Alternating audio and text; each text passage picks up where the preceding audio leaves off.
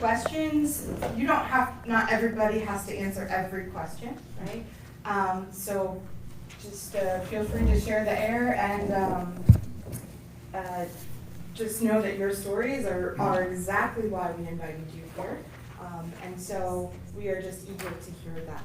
So first things first though, I will ask each of you to introduce yourselves, who you are, how you serve, where you serve, what kind of community, and how long you've been a part of that community. So I'll let you all pick where you want to start. But please do use the microphone. All right, David, will you start? Hi, is this on? Hello? Hello? All right, there I am. Generally speaking, no one ever wants me to have a microphone because I'm really loud. My name is David Childs. I'm the executive director at Lutheran Settlement House here in Philadelphia. I've been there, it'll be 7 years in June. Started in June 2019. And I'm sorry, I was hoping I'd go last, because what else am I supposed to answer? Should I say something about? Tell us, I don't know if everybody knows much about Lutheran Settlement House here. So if you could just share a little bit about what that is and your role within Lutheran Settlement House. Sure. So Lutheran Settlement House, we were founded in 1902. We serve over 6,000 people a year. And we serve a lot of different populations, from families who are experiencing homelessness in our shelter, to survivors of domestic violence, to older adults in our community center, to people who are food insecure with our food pantry. But what ties the work really together, what unites the work, is the way that it's done, which is meeting people where they are, understanding who people are, and reminding people of their strength and helping them find their own path forward.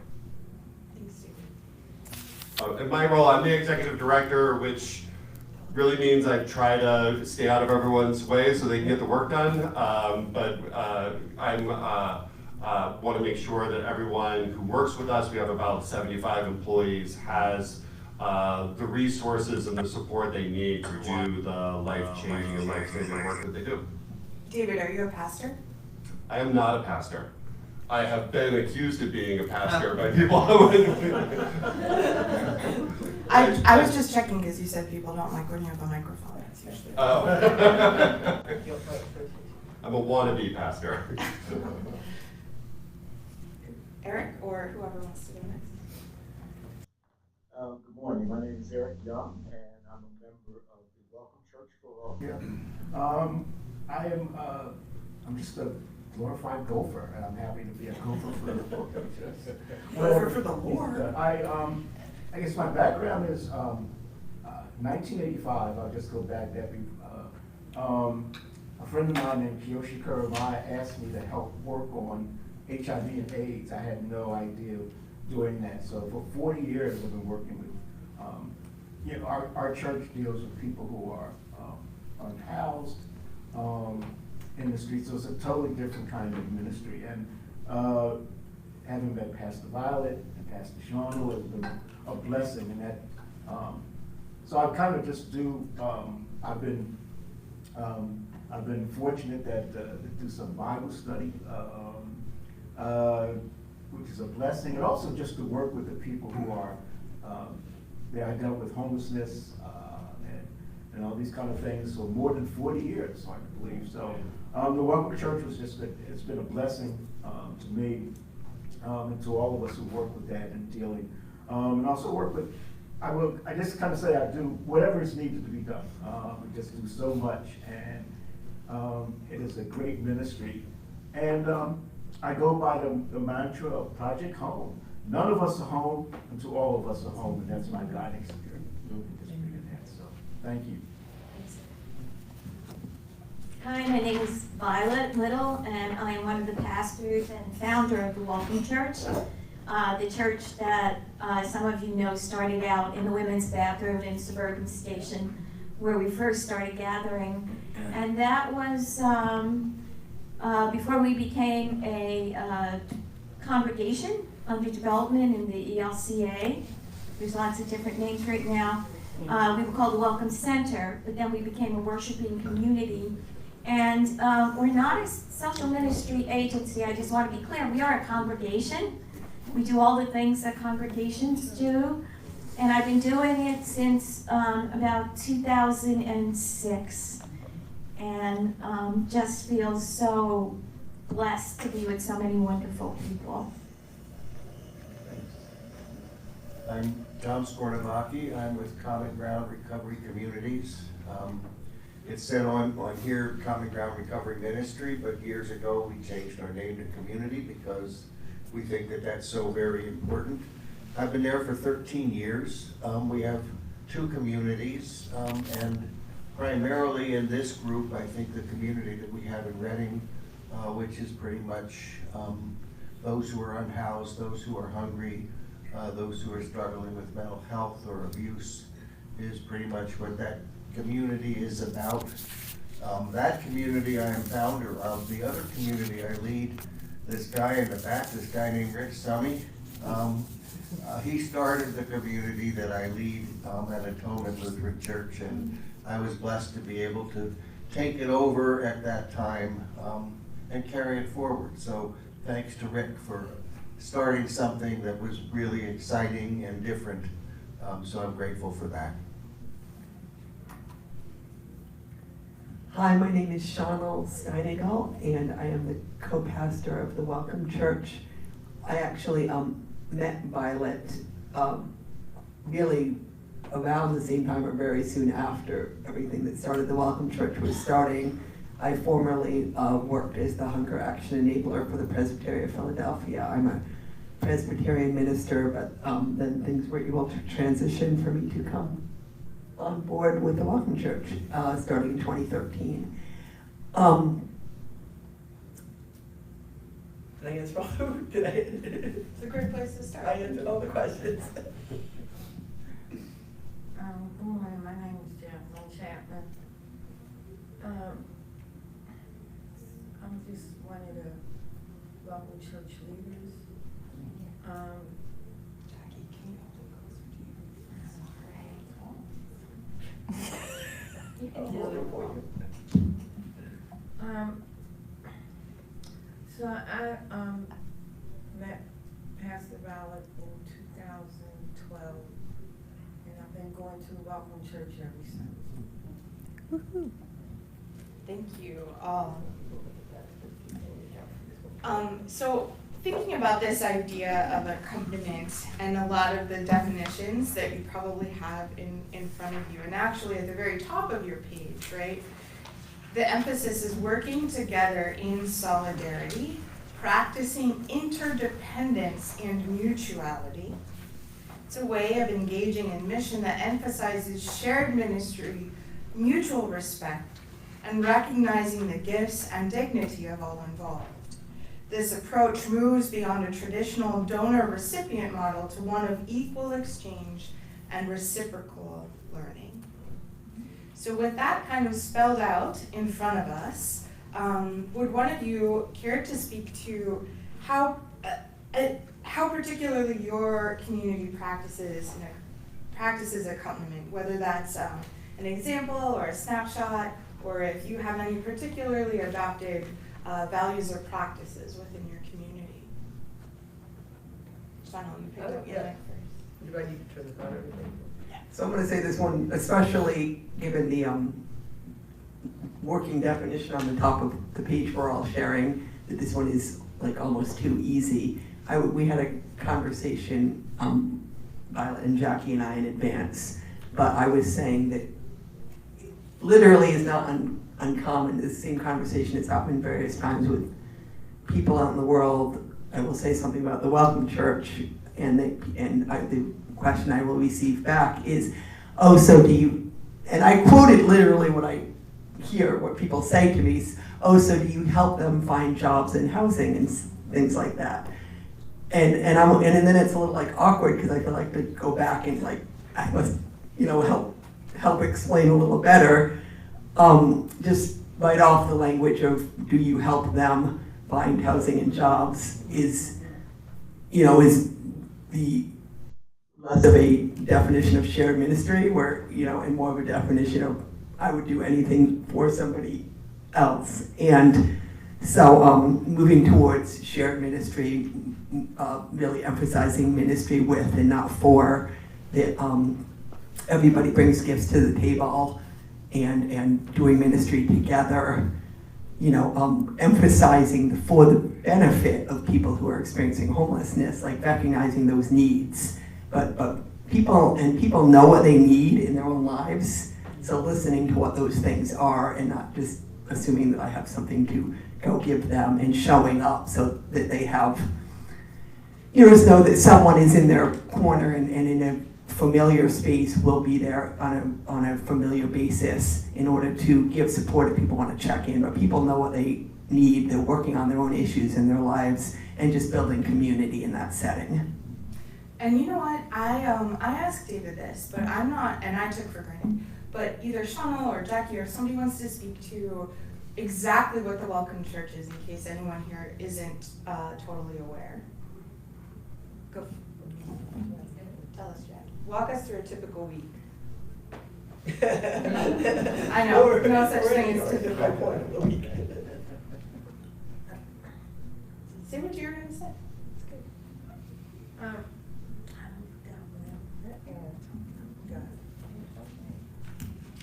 We're a congregation. The thing that's a little bit different about us is we do not have a building. We call ourselves a church without walls. And not just because we don't have a building, but because we try to have an openness about the community that we're all a part of. So, for example, we have had shared spaces. On Mondays, we'll have a Bible study at Holy Communion. That gives us some space. Which is a Lutheran church. A Lutheran church in downtown Philadelphia. The location's great. And the amazing, we'll have a Bible study, we'll have prayer, we'll have communion every week. We'll do art, we have knitting. On Tuesdays, we're outside, we hang out outside of 30th Street Station, and we just have coffee, and we're just there. It's kind of like a party every week. We have 2 women's groups. We just had a women's retreat at Crown of Leaf. Our women's groups meet. One was meeting in the Comcast Center at the train station till we got kicked out because our women are carrying so many bags. And so we had to deal, how do we walk together and recognize this particular context?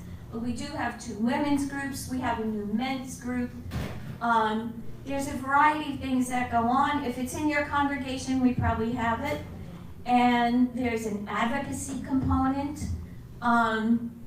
Anything you can think of. When somebody dies on the street, of course, we have a funeral. We have a celebration of their life. It's often in the spot where they might have slept, or a place that was important to that person. We work with partners in outreach.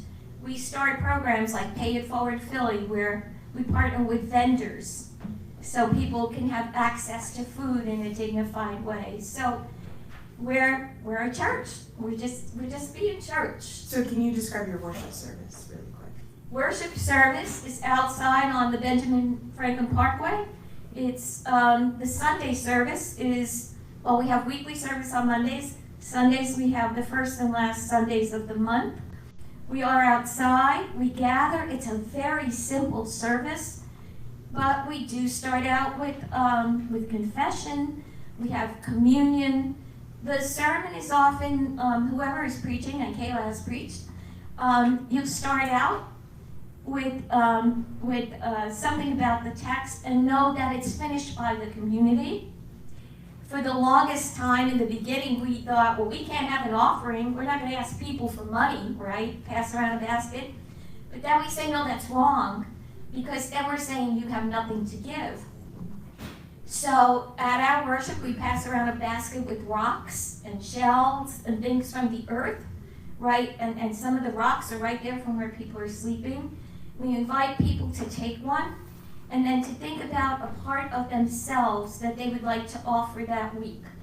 And then people are invited to put that rock either on the ground, which is basically our altar, or keep it with them as a reminder. And it's a very powerful part of the service.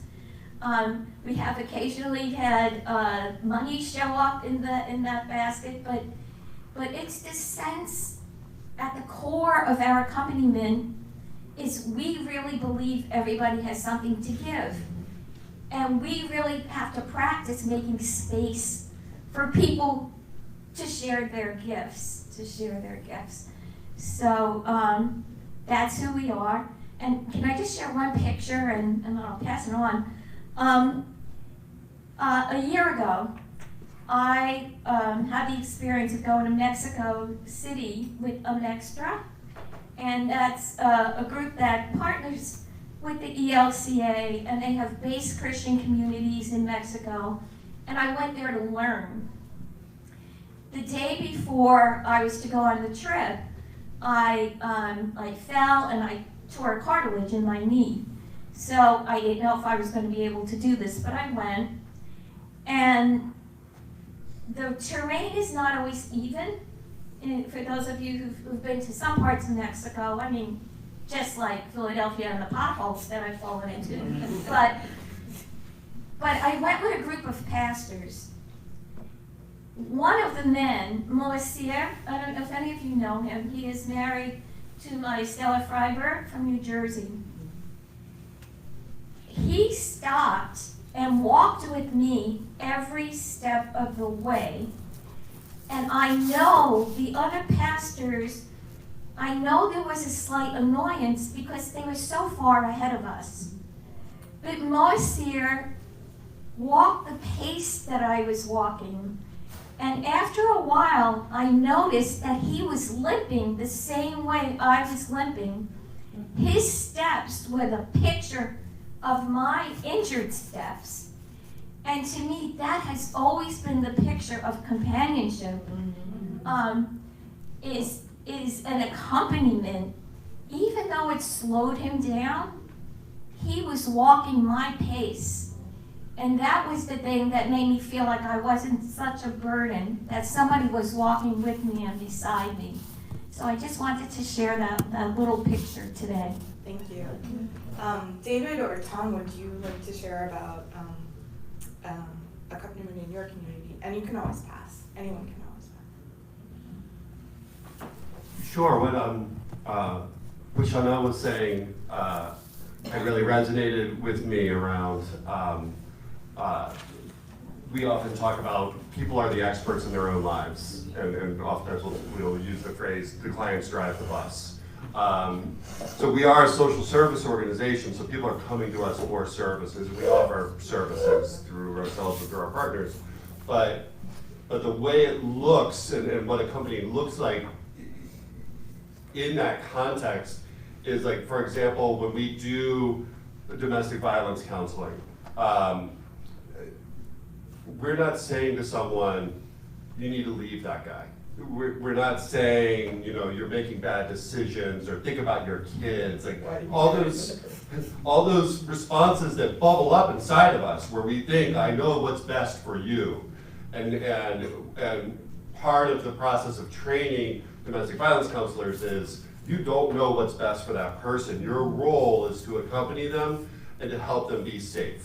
And so our safety planning is oftentimes working with someone who says, I'm not ready to leave this person. And we say, okay, how can you be safe in this relationship?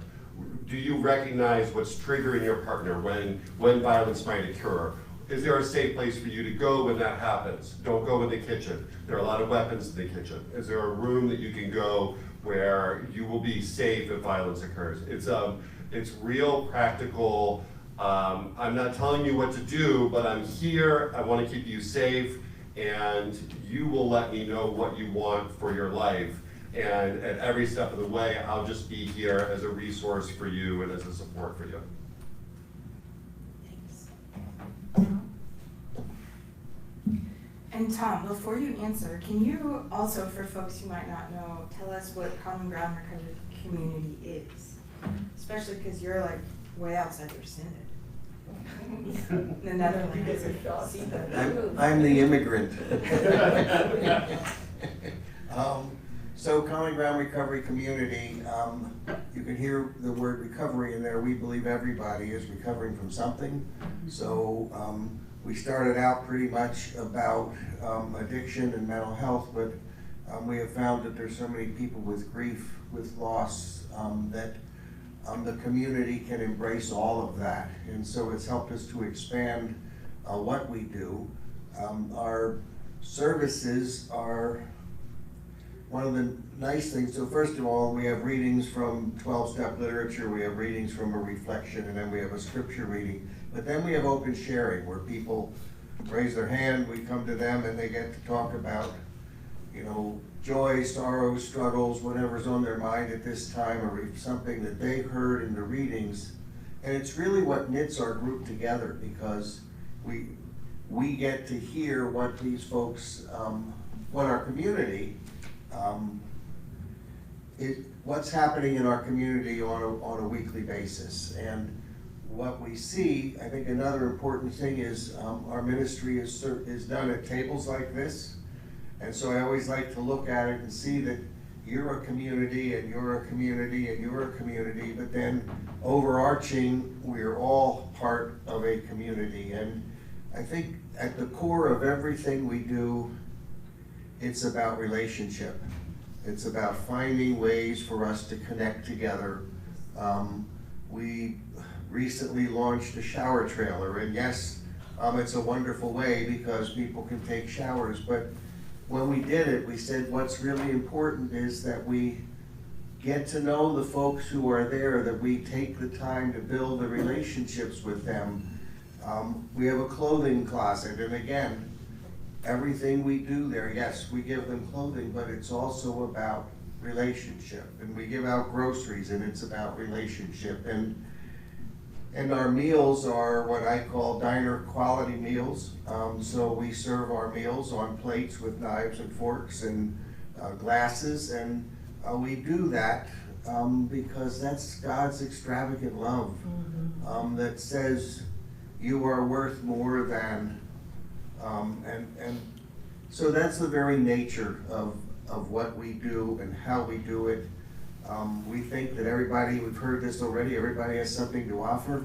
Our offering is prayer slips that are on every table, and people write down prayers for whatever it is, and when they come up, they drop them in the offering box. And sometimes when I read the prayers, I cry. Always pray over them, but some of the things that we, again, these are ways that we learn what's going on in our community, so that we can help to carry people along that journey. We have a young lady right now that we have walked with. She wanted to get into college. She lives under a bridge in her tent with a sleeping bag, and she gets up every day and she goes to our local community college. And then she comes in and she tries to do her homework while we're there, and then goes back into the tent where she's living. And we give out a lot of tents and sleeping bags, and I think it's wonderful. And then again, my heart breaks to think that somebody has to have a tent and a sleeping bag. Maybe that gives you a little bit of an idea of who we are and what we do. Yeah. Thank you. Well, Tom, you raise a good point, and that's something we talk a lot about in Love Revolution, is building relationship.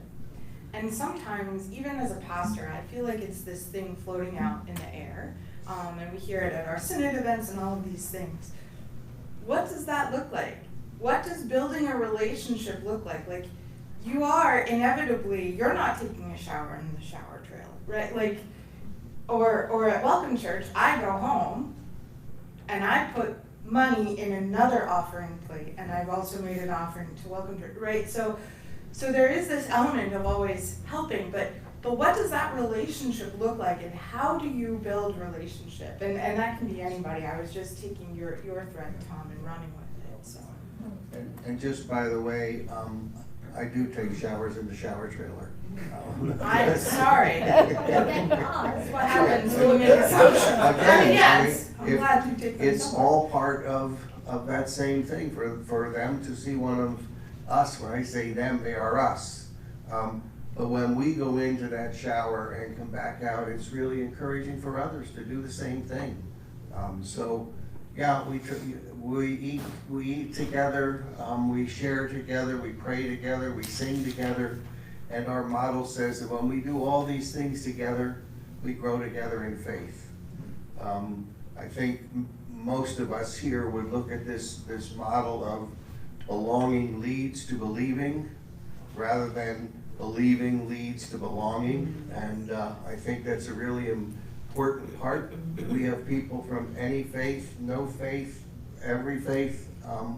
We all come together, and again, singing and praying and eating and all of that. You hang out together, you start to become one another, and I think that's really an important part of the component. Find a point of connection, because that shapes anything. And I would bet if we had an experiment and we just paired off with anybody in this room, we would leave with some point of connection. So even though I was not unhoused, when I was meeting the women in the bathroom, I have a neuromuscular disorder, myasthenia gravis, which some of you now hear about on TV, but I was tired. I was bone tired. And that's how I got started, because I was with women who were exhausted. So find a point of connection and then you build on it. A lot of this, I know that dealing with or working and learning from people in the street. One of the most important things is listening to them, because again, they are pushed out pretty much everywhere they go. And I learned how important it is, the same thing that Jesus did. He listened to people. He never, I had a priest who taught me, we know what Jesus said, but sometimes also study how he taught. Because a lot of times people don't look at how he taught. And the thing is, he listened to people. He didn't, that whole thing, he always asked people, you know the law, what does it say to you and how do you see it? And I've always found that way. And sometimes it comes up, I mean, in Bible study, you have a program, you have a Bible study, I'm teaching the 23rd Psalm, right? So that's my thing. So I got it all written down, I got great quotes, and I got things, and I'm thinking I'm doing it. But in the middle of sometimes a Bible study, somebody will say something, because it's not reaching them, and then I learned, wait a minute, I have this great thing, but wait a minute. This person may start, and at first it might seem rude and that kind of thing, but they have a need that comes up sometimes, or something, an issue. And one of the things I've learned from the Bible study is I have to be to go to that need and not to just, well, I got to get this thing. I want to tell you the story of Joseph and everything. That doesn't mean anything if it doesn't reach them. And that's the kind of thing I learned. We have to be able to listen to them, and as Jesus did. And that listening, I think, is how you build great way to build relationships. People and I noticed that one bad habit of people who are in the street a lot of times are in survival mode. And I think part of our job is to turn that survival with all its good and bad habits into thriving. And that's where, again, the idea with Jesus being in a relationship, but that's how the people that we need to go from surviving to thriving. And that's why I think part of listening to them can only helps in that respect. So that's one of the things I've certainly learned, and still trying to work on that. And that we got to be able to move where they are, to take them there, and also in everything we do to show, I think, the love of Jesus and the love of this beloved community. The beloved community, I guess, that people know, is actually a quote from Coretta Scott King, more than Malcolm, because she pushed Malcolm. But that's what I think, that beloved community. And that's why I think the Welcome Church and all these other churches, congregations, is helping to build. I think the one thing I would add to that is I think if we want to be in a relationship, we also have to understand our own poverty. Because I don't think you can accompany someone if you're imagining yourself walking in front of them. Like accompanying, your story was such a visual example of that, accompaniment and walking with someone. And I remember speaking to a man who was an immigrant, and he would come to the U.S. from Mexico periodically when he needed to earn some extra money, usually to send his kids to school, and then he'd head back. But he told me this story, and he said, when I'm traveling up through Mexico, if I stop in a village and I'm hungry, if I knock on someone's door, if they have 2 tortillas, they'll share one with me. And then I get here and your kitchens are filled with food, but if I knock on your door, you're gonna call the police on me. And that, to me, was such a visceral example of like the poverty that we have in our country and in ourselves, that being in touch with that and understanding that helps to form a relationship where you can see, like, look, we are both poor, and we are both searching, we are both seeking, and that allows us to be in a relationship with each other together. I want to break it down a step further, okay? These are all great ideas, and I'm jotting them down. Talk to me or a hypothetical person about finding that connection, about starting that relationship, like bare bones, nuts and bolts social skills. Where do you start when it feels like somebody is worlds away from you? What helps people open up? I mean, I'll put location out on the list as far as, we have the worship services on the first and last Sunday of the month on, at Aviator Park, at Logan Circle on the Ben Franklin Parkway. And there has been almost a 360-degree move around Logan Circle over the past, 13 years now or whatnot, of being due to various construction projects and such. But so I will comment that the original location was chosen by people who, Violet said, were, some people walked with her to a place and said, do it here. But before the 3 o'clock service, we get together at about 2:30 and walk around and invite people to the worship, and usually have some have a church that has brought some snacks to offer to people. And there's certain people that we will sort of have a pretty good guess that we will know where certain individuals are, because that's where they tend to be, and checking in with people and saying how are you in that setting, because there might be some people who we under my sense of grandiosity, I have a relationship with them, but they're still not going to come seek me out unless necessarily, So making those space choices, like where you gather and how you expand that circle, even geographically, would be one nuts and bolts answer I have. And just coming back to the story of the young lady that we've been working with, she was extremely quiet. Sat there with a hoodie, and she'd just write things down on a piece of paper, and it just intrigued me. And so I started to talk to her a little bit, and she'd say a few words to me, and then I said, would you like to be my communion assistant? And she said, okay.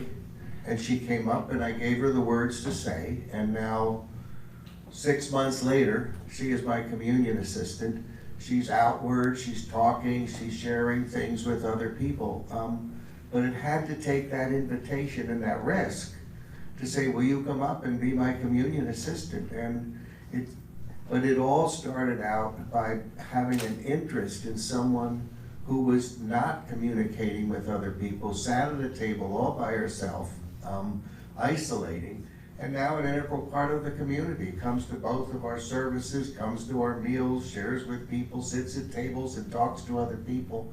But it all starts with an interest in sitting down and getting to know a little bit about that person, and maybe accompanying them as they begin to open up and they begin to bloom and blossom.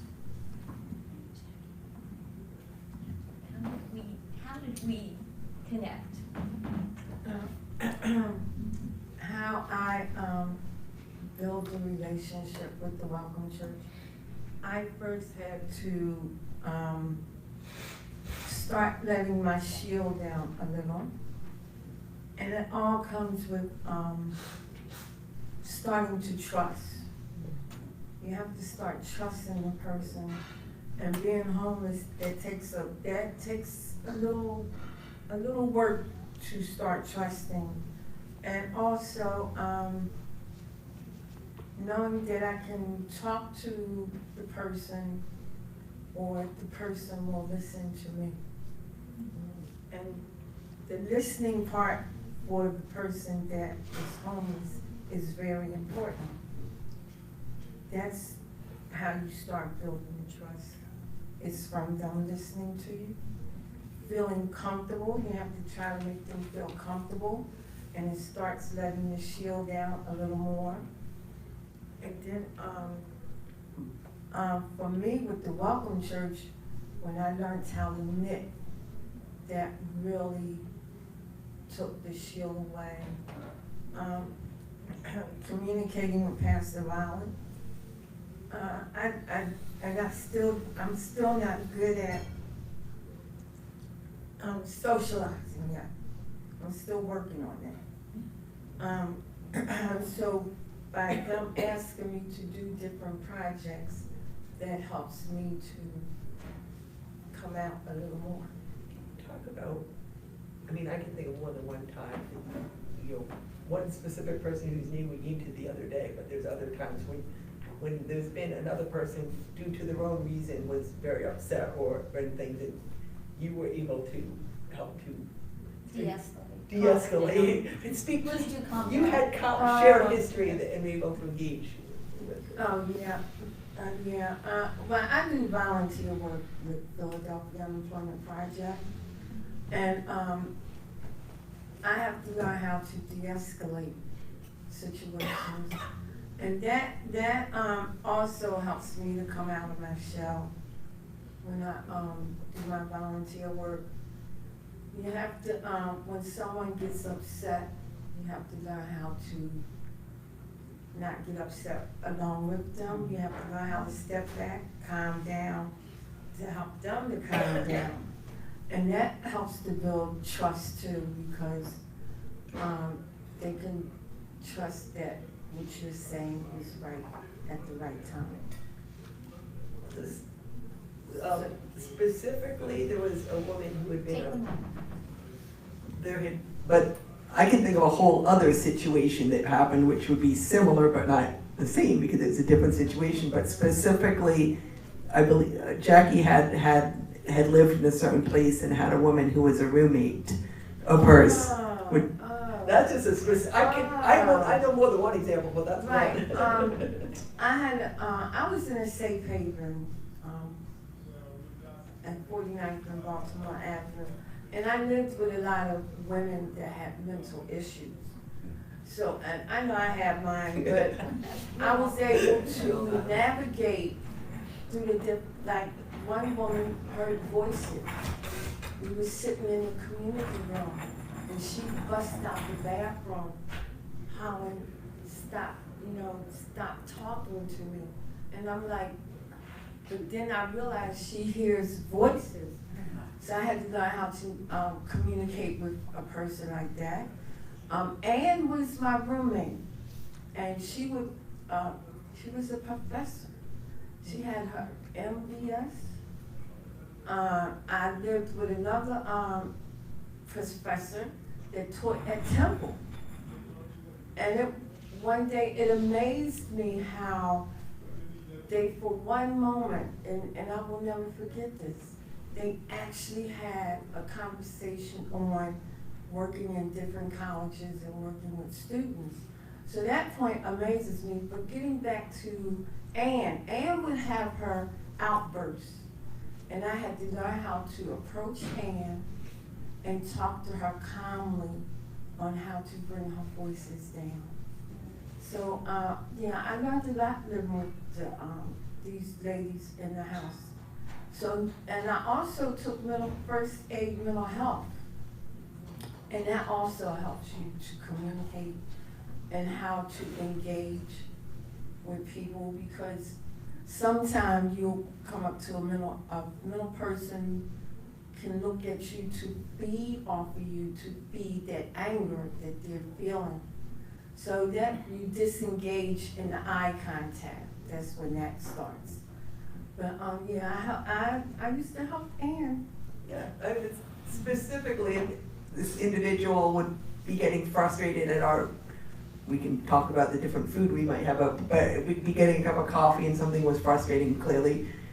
Jackie might appear and be like, oh, Ann, remember, like, start talking, like, oh, Ann, remember, I was your roommate, and Yeah.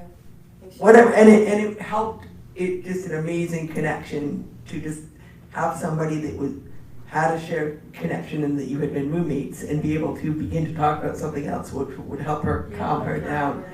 That, very good example. Jackie, if I could tell a story about us that you probably don't remember. No, I don't. Because it's probably 12 years old. When we first met in the narthex of Holy Communion, I was just attending Holy Communion, and I bring my guitar on. I was working part-time and I needed something to do. I bring my guitar on Tuesday afternoons, and one day I played just like a Temptations or Sam Cooke song, and you had always just like stood or sat around and not paid me any mind, and then you finally came up and said, "You did that all right. I mean, you're not Sam Cooke." I was like, oh, so you like music. And then that was like our inroad. Yeah, that was our connection. Yeah, like the eggshell was our finally connection. broke. Because before that, I didn't see a connection with you Mhm. until the music, and then I was able to talk to you. Yeah.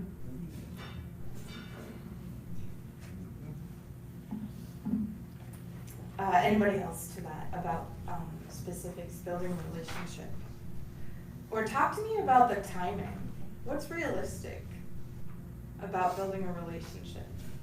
Is it as simple as one conversation? We know things take time, or what has been your experience about building a relationship?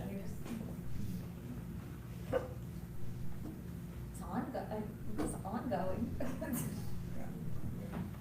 I mean, all I'll say is in the Welcome Church, there's, I receive a spectrum of people, of always meeting new people all the time, and then there's people who have, met Pastor Violet very early on and then continue to be connected in different ways, and among those people, there's people who are, pretty close to at everything we do. And some of those people have moved from homelessness to housing, and others are still on the streets. And then there's other people that will disappear will get housing or whatever and go away for, you won't see them for a long time, and then all of a sudden they'll come back to something. So there's that long spectrum of people and time. Yeah, and there's different relationships, of course, as we all have in our lives, but when I first met Jackie, she knows this, I thought she was going to kill me. I was terrified of her. She came in there, her defenses were so high that, right? Yeah, you probably did want to kill me a couple of times.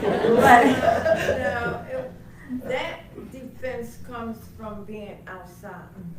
You have yes, to have that defense up 24/7.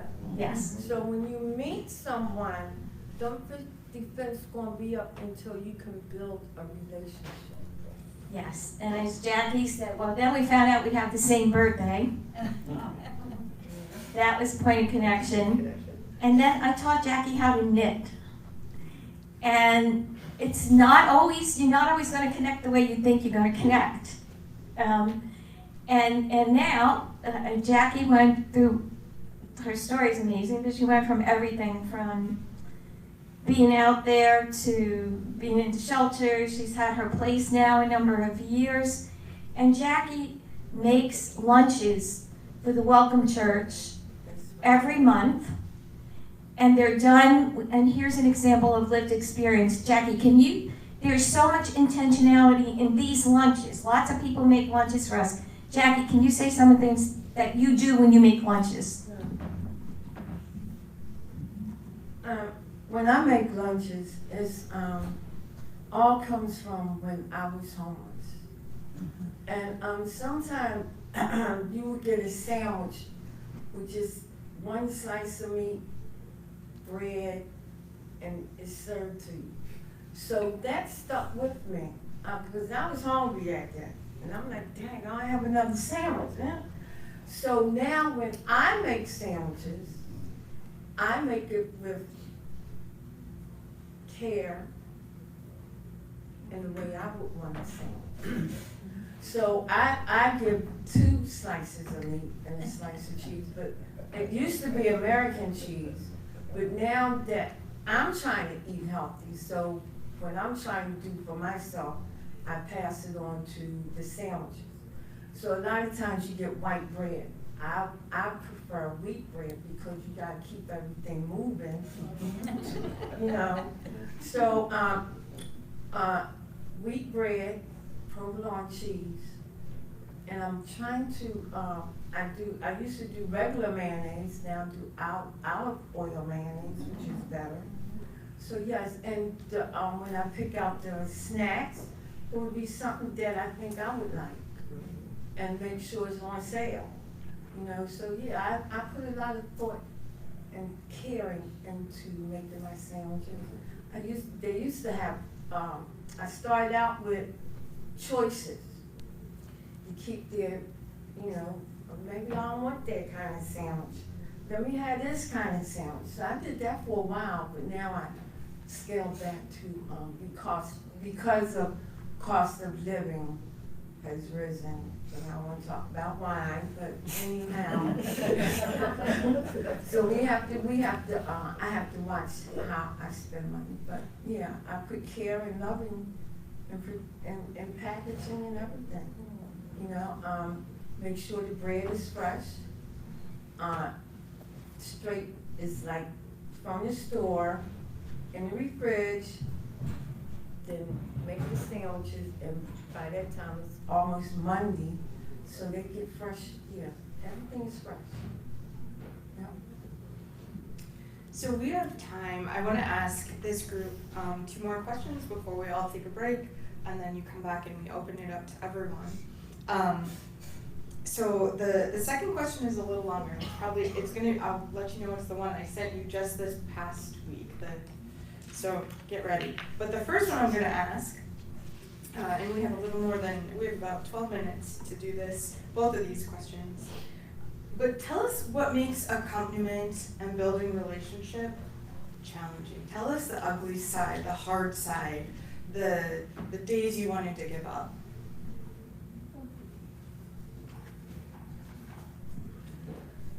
So I can remember one particular day. So our community was throwing cigarette butts outside, and we don't have a church, we borrow churches. And so they were throwing cigarette butts out. Some of the food that we gave them to go packages were out on the grass. It was just an absolute mess. And I got in my car, and sometimes in my car I'll just scream and yell because I can do that in my car and nobody knows I'm screaming and yelling. And I remember saying, God, what do you want from me? I mean, why am I doing this? This is crazy. And I came back the next week, and we always start our services with confession. And so I started the service, and someone raised their hand. Pastor Tom, I'm the one that threw the trash out. Pastor Tom, I'm the one that was throwing cigarette butts out. I will go out and pick up the cigarette butts every week. And I started crying because I realized that this confession week after week that I sometimes wonder, why am I doing this? And all of a sudden, I heard that coming back to me. So yeah, those are times that are challenging where I thought, I'm done with this. This is crazy. I'm wasting my time, to suddenly finding the following week I'm not wasting my time at all, that they are hearing and they're responding. David? You know, listening to the stories being told, it was making me reflect on, a big part of our work is doing trauma-informed trainings and trauma-informed practice, and listening. I'm drawing the connection between a lot of that work is so that you are in a place where you can accompany someone. And I think one of the things that's challenging is you accompany someone no matter how they show up to you, whether they show up angry or sad or catatonic, or they don't have to be a certain way in order to receive accompaniment from us.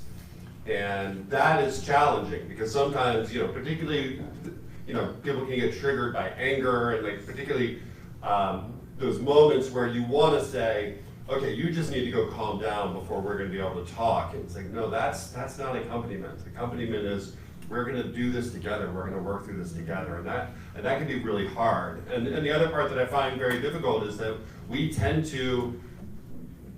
I think we culturally, we men, white men, we tend to love to think that we've got answers for other people and like that I'm gonna fix whatever the situation is, and we don't, and we're bad at it. And it's really important to put that aside when accompanying someone and recognize that they are the experts in their own life, and that my role is not to tell them what to do, or someone coming to me from a domestic violence situation that's been controlled by a partner. They're not coming to me for more control and being told like this is what you need to do or this is what's good for you. It's putting all that aside and being in the moment with someone, and that can be challenging. Yeah, particularly with the people that we serve, because everybody pretty much is against them. They're told what to do. They're told, and we had a lot of our members, a lot of our people that we work with, go to the public library. And the central library has changed, to kind of give you an idea, because it was a place where they can go. Safe places is I think, one of the most important things, because most people don't want you there. If you're on the street, you're up and down. So the Central Library had a policy where they would just hound it all day. You nod off. There was a big thing about some of these places. The worst thing you can do is nod off. If anybody's been out there, that's like a capital offense. And the guards were just nasty on somebody for 5 minutes. You nod off and your computer. So they bang this gavel in front of your face and you gotta get out. They tell you, you gotta get out of here if you can't do that anymore. Yeah. Like that was the worst thing they could do. One of the and a part of that was this was unacceptable, and the whole and so we got together and people talking about you can't treat people that way if they nod off and if they're doing that thing. Yes, there are certain things that you can't bring a lot of bags in there because that's a health thing, and there's we understand that. And again, there are people that's their whole possessions. So we had to and when the people told you not welcome here or you got to move on or where's the subway and this kind of thing, that was part of our things, understanding that, but I think advocating for, because sometimes people will do things that are unacceptable. And then you kind of get, whether it's throwing trash in the street and doing this, some of it's defiant, some of it is done on purpose. One of the churches that we had a dinner, University Lutheran Church, which I was baptized in, but we had a dinner program that's been going on for 40 years. So one of the things from HIV has just grown, where you just come and have this dinner. Well, there were a number. We had one time where they caused almost $50,000 worth of damage in the bathroom, and it was one. So the board said we can't have this anymore, and the church just said we'll work this out. We got to work this out because this meal cannot be interrupted. And I think a lot of people were down and everything else when they saw that love, and when they saw that real love coming out of the church, it caused the sea change. Yes, I'm sorry, I did these kind of things. It won't happen again, please, like that. So I think when they see real love, sometimes it's tough love, but I think that's the kind of thing that has helped to turn things around. So you're always going to have people that are going to just be nasty and want to destroy things, and we have to find better ways of dealing with that to neutralize that kind of thing in a loving way. So I think that's part of the challenge. I think, again, then survival mode. Survival mode is selfish. It is me first, the hell with everybody else. And you don't meet those kind of people. So we have to find better ways. We can't just throw them out. You can't come back, and that's not the Christian way, I think. So it's on us, I think, to find better ways. There's some people you're just not going to reach, but the majority of people, most of the time, just want that touch and just want to see people who really show love and not just be punitive all the time. Because that's most of the world that they meet is punitive. We don't want you here, and they will. And that's our job, I think, is to show that kind of love in all kinds of ways.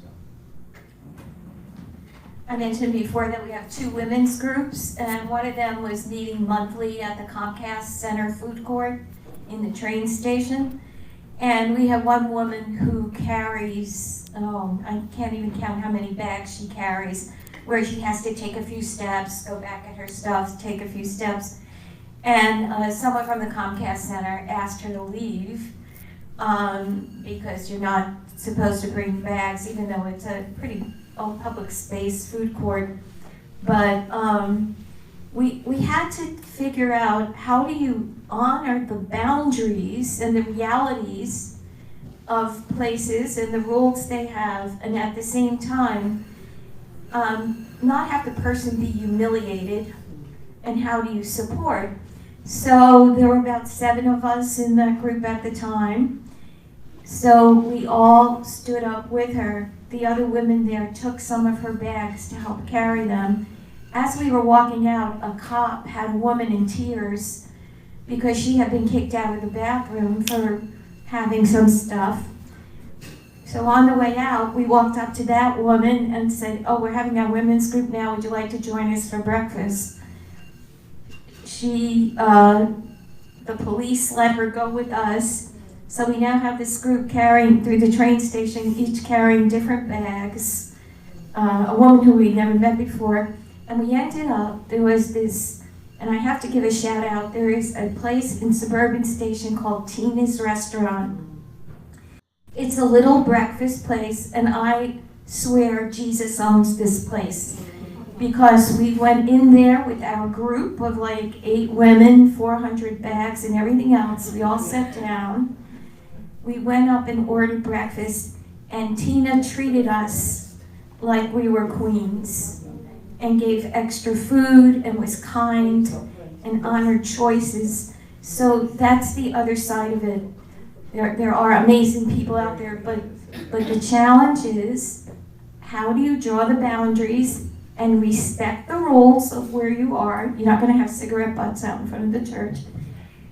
And have compassion and empathy and understanding for the context of where that's coming from. So that's one of the biggest challenges. I want to go over just a little bit on our time, and we'll cut your break short, because I think this question is really important and needs to be asked in this format, and then we'll take a break and come back and have open question time. Let's talk about Minneapolis, and let's talk about this moment that we're living in. And so when we see these kinds of injustice and needs for activism and solidarity, including on larger scale levels, what's your first move? What would you do, or how do you approach something like this? How do we kind of join that wave, or make it local, or accompany people through these situations?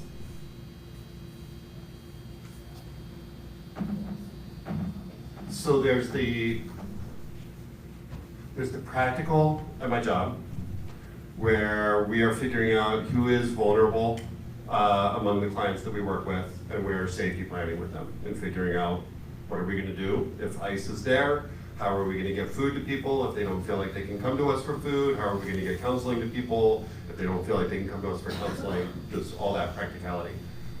On a deeper level, for me personally, years ago, I started my career in social services in an organization called Annunciation House that works with undocumented people on the U.S.-Mexico border in El Paso, Texas. And a man named Ruben Garcia founded that organization, continues to run it, all volunteer organization. He's never taken a salary.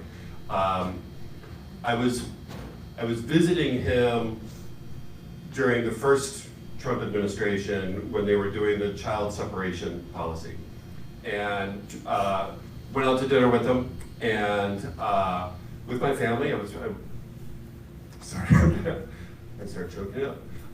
Really glad my kids were there and heard what he said. So the child separation policy came up, and he said, you know, I was in the detention center, and I was accompanying a father with his 3-year-old, and I watched the ICE agent take the 3-year-old and rip the 3-year-old away from who was trying to cling to his father. and throw him across the room. And another agent picking up the child and leaving.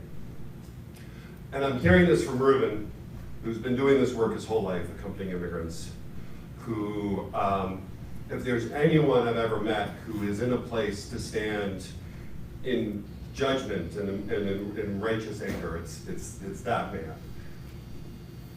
And his response was, he said, imagine how that ICE agent's humanity has been stripped from him that would lead him to do something like that. Imagine what suffering he must be going through. And it blew me away, because I was ready, like when he told the story, I was ready to be like, yeah, it's time to get him down. And in these times, I've been reflecting on that conversation a lot, because I'm very angry, and I know that sometimes anger can be useful, but for me, it often feels violent, which is not useful.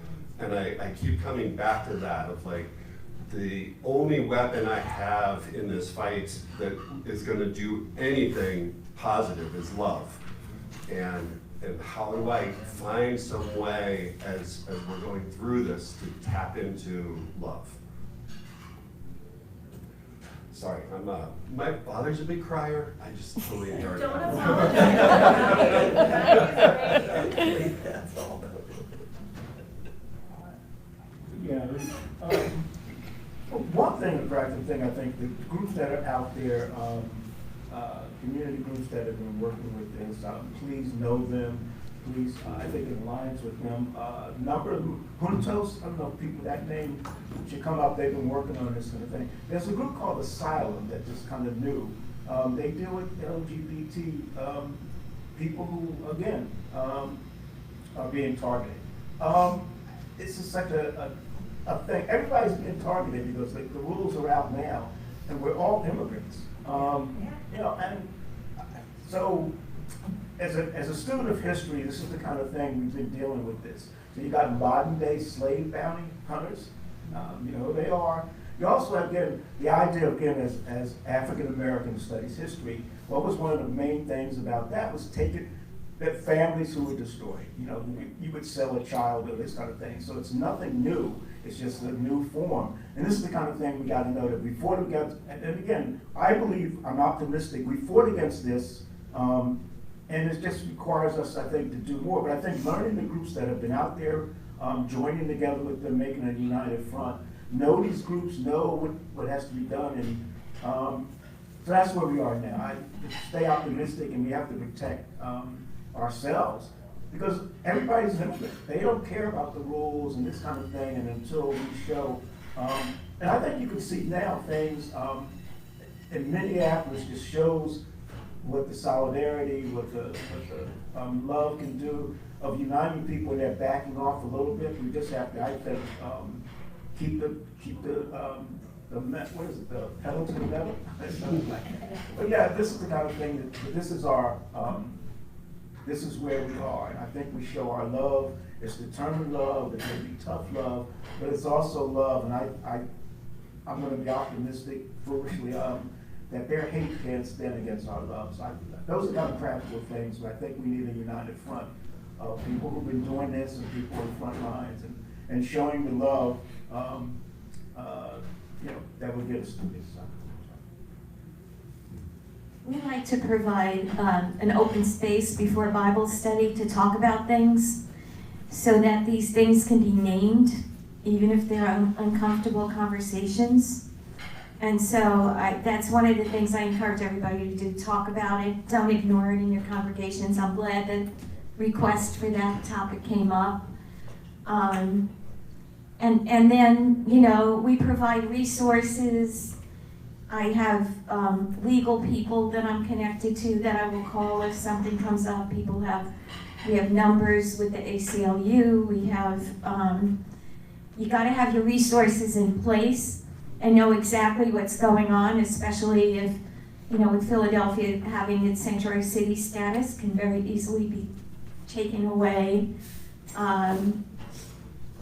Have a strong network. We know that ICE is, right now, I think it was in Winmore, I got I got a text from the connections. Stay alert. We do give out cards, the Know Your Rights cards in several languages. There's a lot of resources out there. But also take care of yourself, because to watch the news 24 hours isn't going to help either. So temper it. Don't put your head in the sand, but also you have to have some balance. Otherwise, it's like that oxygen mask thing they tell you. Otherwise, you're not going to have the resources. It can be so overwhelmed. When we get overwhelmed, paralysis sets in, and then nothing happens. So temper it and take care of yourselves, and stay connected with people.